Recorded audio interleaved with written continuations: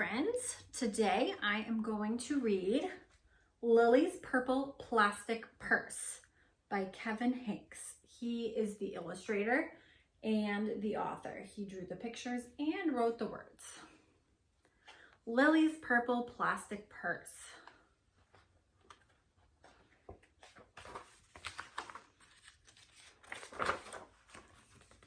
Lily loved school. She loved the pointy pencils, she loved the squeaky chalk, and she loved the way her boots went clickety-clickety-click down the long, shiny hallways. Lily loved the privacy of her very own desk.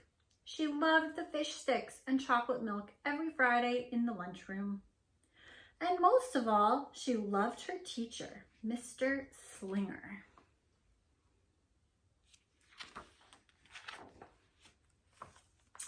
Mr. Slinger was as sharp as a tack. He wore artistic shirts, he wore glasses on a chain around his neck, and he wore a different colored tie for each day of the week. Wow, said Lily. That was just about all she could say. Wow. Instead of greetings, students, or good morning, pupils, Mr. Slinger winked and said, howdy. He thought that desks in rows were old-fashioned and boring. Do you rodents think you can handle a semicircle? And he always provided the most tasty snacks, things that were curly and crunchy and cheesy. I want to be a teacher when I grow up, said Lily. Me too, said her friends, Chester and Wilson and Victor. At home, Lily pretended to be Mr. Slinger. I am the teacher, she told her baby brother Julius. Listen up. Lily even wanted her own set of deluxe picture encyclopedias. What's with Lily? Asked her mother. I thought she wanted to be a surgeon or an ambulance driver or a diva, said her father. It must be because of her new teacher, Mr. Slinger, said her mother. Wow, said her father. That was just about all he could say. Wow. Whenever the students had free time, they were permitted to go to the light bulb lab in the back of the classroom. They expressed their ideas creatively through drawing and writing. Lily went often. She had a lot of ideas. She drew pictures of Mr. Slinger, and she wrote stories about him too. During sharing time, Lily showed her creations to the entire class. Wow, said Mr. Slinger. That was just about all he could say. Wow. Here's her story. Big, friendly, Mr. Nice Man teacher. And at the very last second, Mr. Slinger saved the cold, starving elderly. That's her story she's writing. When Mr. Slinger had bus duty, Lily stood in line even though she didn't ride the bus. Lily raised her hand more than anyone else in class, even if she didn't know the answer. And she volunteered to stay after school to clap erasers. I want to be a teacher when I grow up, said Lily. Excellent choice, said Mr. Slinger. One Monday morning, Lily came to school especially happy. She had gone shopping with her Grammy over the weekend. Lily had a new pair of movie star sunglasses, complete with glittery diamonds and a chain like Mr. Slinger's. She had 3 shiny quarters. And, best of all, she had a brand new purple plastic purse that played a jaunty tune when it was opened.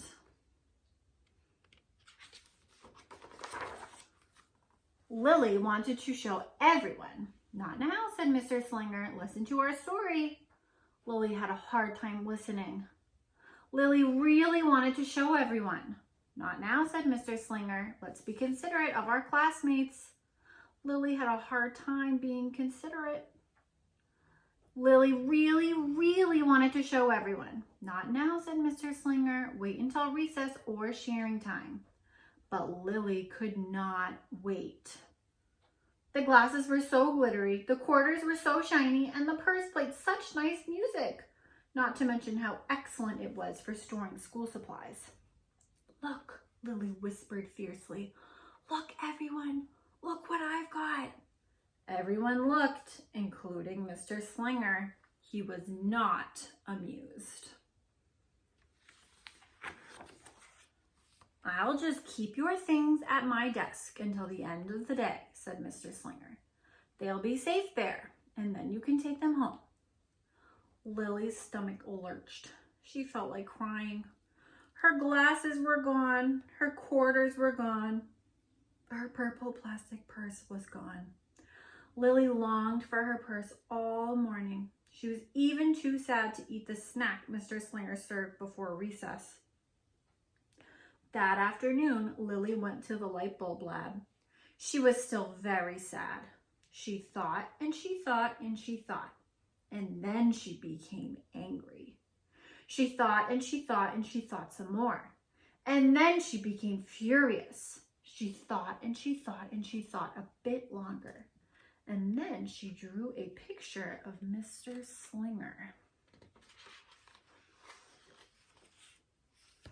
Big, fat, mean Mr. Stealing teacher. Right before the last bell, Lily sneaked the drawing into Mr. Slinger's book bag. That is not a nice drawing. When all the students were buttoned and zipped and snapped and tied and ready to go home, Mr. Slinger strolled over to Lily and gave her her purple plastic purse back. "It's a beautiful purse," said Mr. Slinger. "Your quarters are nice and jingly, and those glasses are absolutely fabulous. You may bring them back to school as long as you don't disturb the rest of the class." "I do not want to be a teacher when I grow up," Lily said as she marched out of the classroom. On the way home, Lily opened her purse. Her glasses and quarters were inside. And so was a note from Mr. Slinger. It said, "Today was a difficult day. Tomorrow will be better." There was also a small bag of tasty snacks at the bottom of the purse. Lily's stomach lurched. She felt like crying. She felt simply awful. Lily ran all the way home and told her mother and father everything. Instead of watching her favorite cartoons, Lily decided to sit in the uncooperative chair. "I'll stay here a million years for Mr. Slinger. Why does everything always have to happen to me? 1051, 1052, 1059. That night, Lily drew a new picture of Mr. Slinger and wrote a story about him too. Lily was really, really sorry, so everyone forgave her. Even her parents, even her stinky baby brother, even her especially incredible teacher. And then the sun shined its smiley face down on everyone and everything, even the bugs and worms. The end. Listen up, I forgive everyone. So here's Lily in her drawing. She's saying, "I'm really, really, really, really sorry."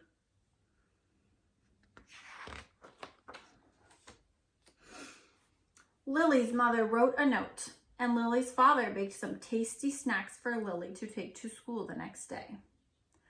"I think Mr. Slinger will understand," said Lily's mother. "I know he will," said Lily's father. The next morning, Lily got to school early. "These are for you," Lily said to Mr. Slinger, "because I'm really, really, really, really, really, really, really, really, really, really, really, really, really, really sorry."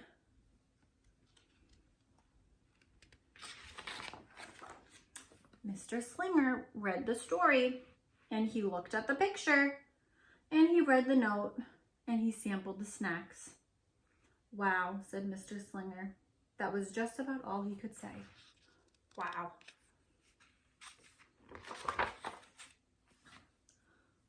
"What do you think we should do with this?" asked Mr. Slinger. That's the old note. "Could we just throw it away?" asked Lily. "Excellent idea," said Mr. Slinger.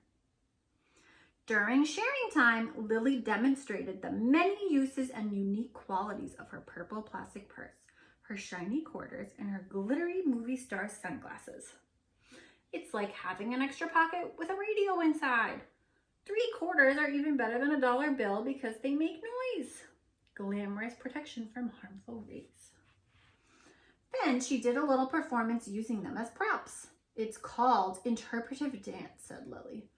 Mr. Slinger joined in. Wow, said the entire class. That was just about all they could say. Wow.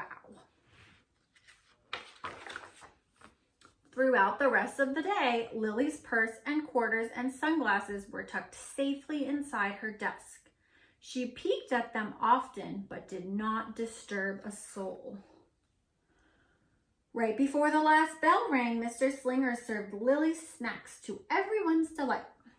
What do you want to be when you grow up? Asked Mr. Slinger. A teacher, everyone responded. Lily's response was the loudest. Excellent choice, said Mr. Slinger.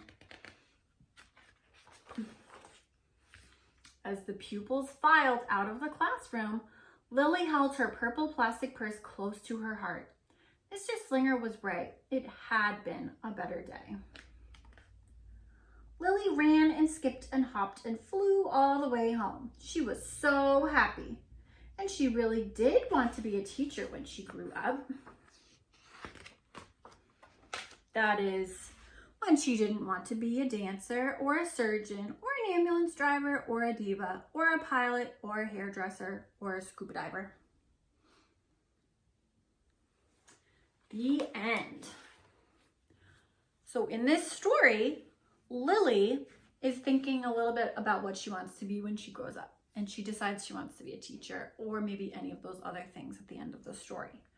I want you to think about what you would like to be when you grow up. It could be a teacher, it could be a vet, it could be a doctor, it could be a bus driver, it could be so many different things. We've talked a little bit about this in school. Here's our objective. Students will be able to write and draw what they want to be when they grow up. Okay. So the thing we are doing is writing and drawing. What are you writing and drawing?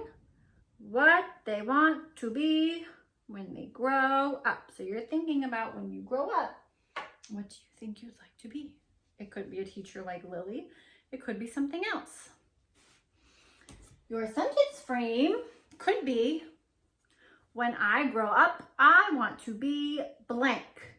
Notice down here, I have a little checkbox to remind you to start with a capital letter, to use finger spaces between your words, and to end with a period. Good sentences have all these things. Capital letter, spaces between the words, and ends with a period. Here's my example. Here's my sentence frame. Here's my example. When I grow up, I want to be a teacher. And then you can see I added a lot of details to my drawing of me being a teacher in a classroom. I started with a capital letter. I used all my finger spaces. And I ended with a period. So you're thinking about what you want to be. I'm going to read that last page again, where Lilly talks about the different things that she sometimes wants to be. It says when she didn't want to be a dancer or a surgeon or an ambulance driver or a diva or a pilot or a hairdresser or a scuba diver. Okay, those are some other options of things you could be when you grow up. I can't wait to see your pictures. Don't forget to send them to me on Class Dojo, or you can post them as a comment on the class story. I will see you all later.